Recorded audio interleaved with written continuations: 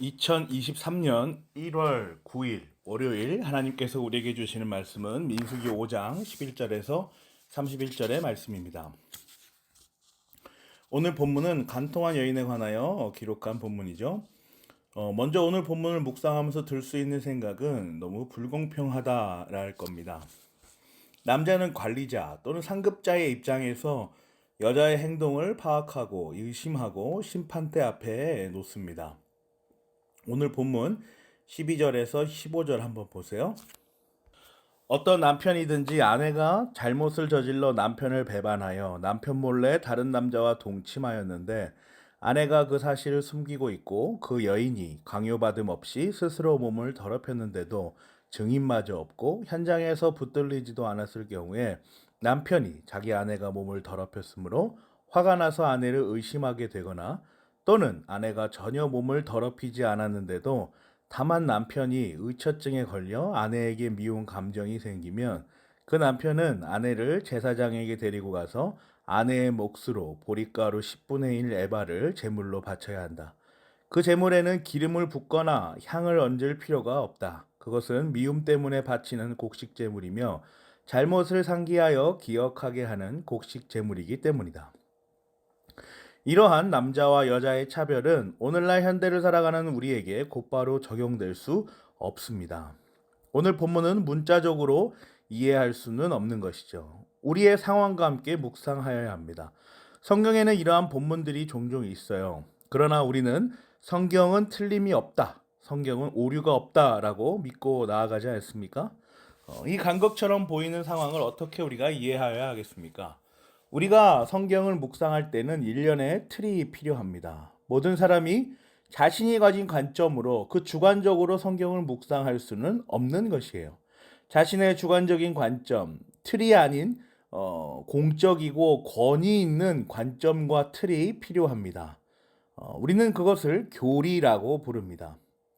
2000년이 넘는 기간 동안 공적 문서로서 표준 문서로서 자리를 지켜온 교리는 성경을 묵상할 때에 활용하는 아주 중요한 관점이며 틀입니다.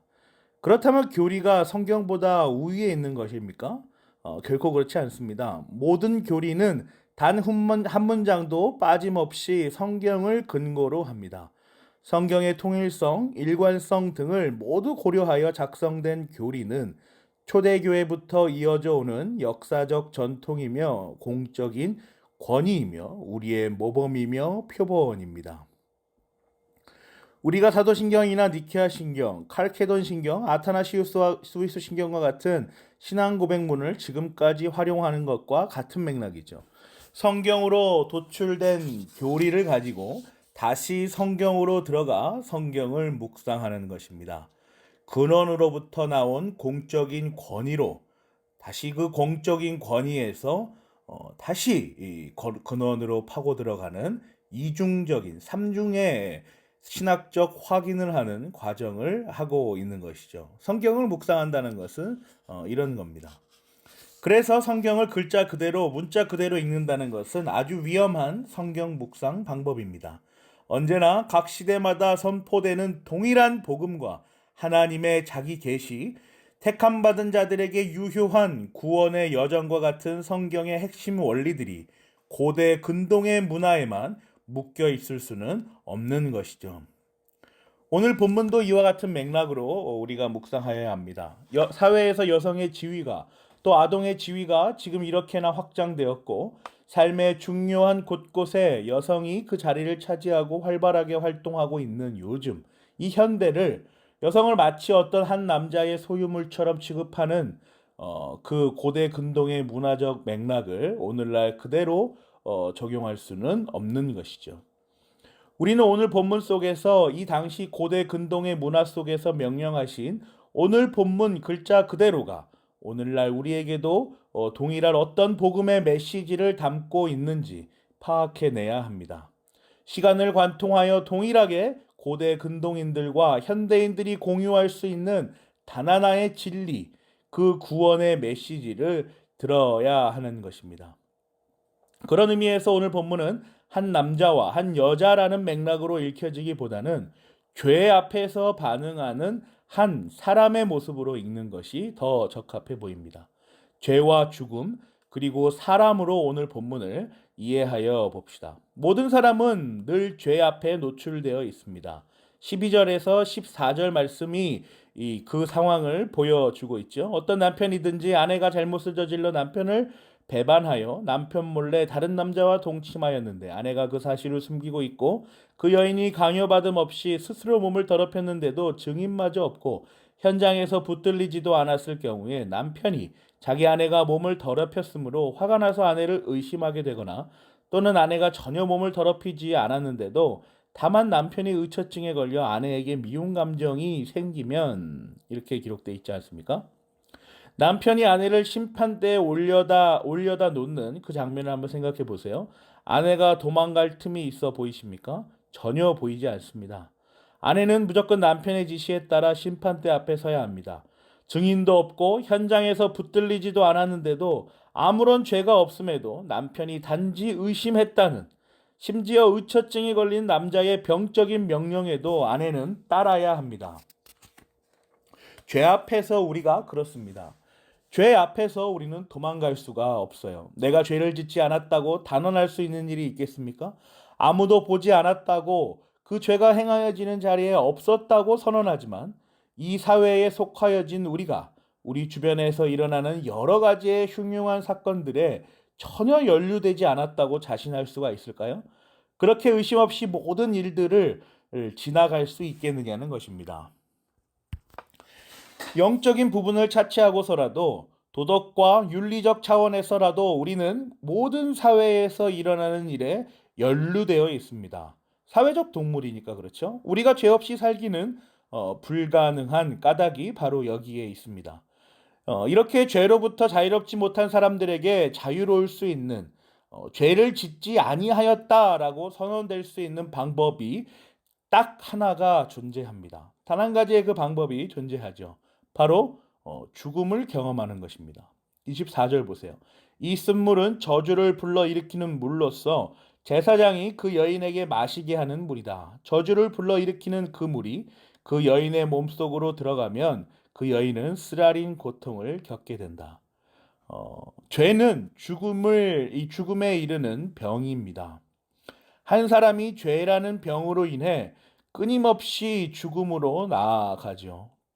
죽음이라는 막다른 길에 서서 자신의 모든 지나온 죄들을 마주합니다. 그리고 죽음 이후에 자신이 어떤 존재였는지를 확인하죠.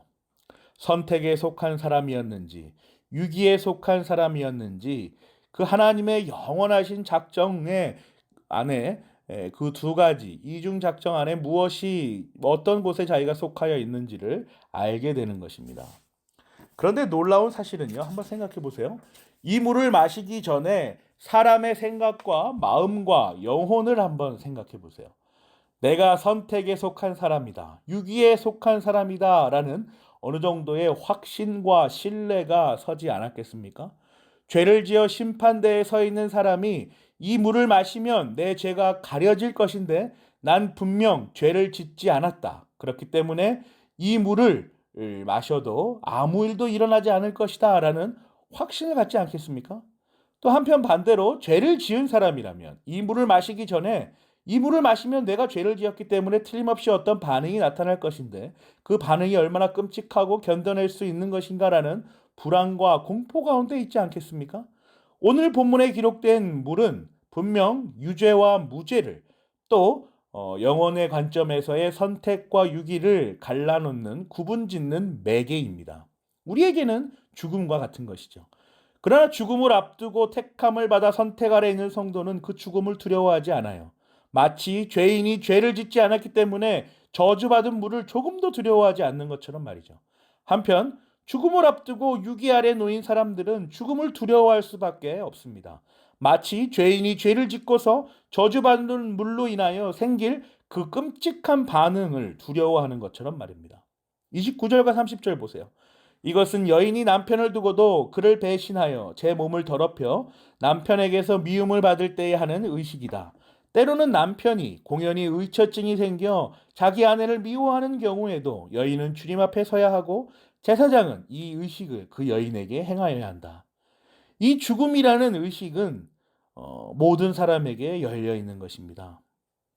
누구도 이 의식을 피해갈 수 없습니다. 어떤 조건 속에 있는 사람이라 할지라도 그가 사람이라면 이 죽음을 경험하여 자신이 죄인인지 아닌지 판별될 것이죠. 사랑하는 고향제일교회 성도 여러분, 오늘 본문은 오늘날 우리에게 어떠한 교훈을 전달해 줍니까? 우리의 상황은 고대 근동이나 현대나 매 한 가지입니다. 죽음이라는 의식이 우리를 기다리고 있습니다. 누구도 피할 수 없는 것이죠.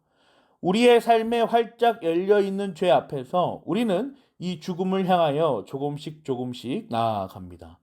죄인인지 아닌지 분명하게 판가름 나는 그 현장을 우리는 죽음을 통하여 경험할 것입니다. 우리는 죄인입니까? 의인입니까? 이 심판 앞에 그리스도가 계십니다. 그리스도의 십자가와 부활 사역으로 우리는 의인이라 여겨짐을 얻게 되었죠. 그리스도께서 우리를 친히 보증하여 주십니다. 이 어마무시한 심판대 앞에서 마시면 엄청난 저주의 그 결과가 나타나는 이 저주받은 쓴 물 앞에서 오직 한 분, 그분이 우리의 심판을 책임져 주십니다. 로마서 8장 1절과 2절 보십시오. 그러므로 이제 그리스도 예수 안에 있는 자에게는 결코 정죄함이 없나니 이는 그리스도 예수 안에 있는 생명의 성령의 법이 죄와 사망의 법에서 너를 해방하였습니다. 이것이 기독교 진리의 핵심입니다. 예수 그리스도로 인하여 우리는 정죄받지 않습니다. 예수 그리스도로 인하여 우리는 죄와 사망의 법에서 영원한 해방을 경험할 것입니다. 또 그 영원한 해방을 현세에서 지금 우리의 삶 속에서 그 찬란하고 영광스러운 해방을 경험하고 있습니다. 그 영광의 날을 앞서 살고 있는 것이죠. 우리는 바로 성도이기 때문입니다. 죄와 죽음 그리고 심판을 생각하며 우리와 우리의 처지와 형편을 생각하며 그럼에도 지금 우리가 감히 성도라 다짐하는 이 굳건하고 견고한 신앙 고백 속에서 우리의 유일한 중보자 그리스도를 묵상하십시다. 또 그리스도를 닮아 가십시다. 이 길이 우리가 가야 할 길이며 또 우리가 갈 수 있는 길입니다. 아멘.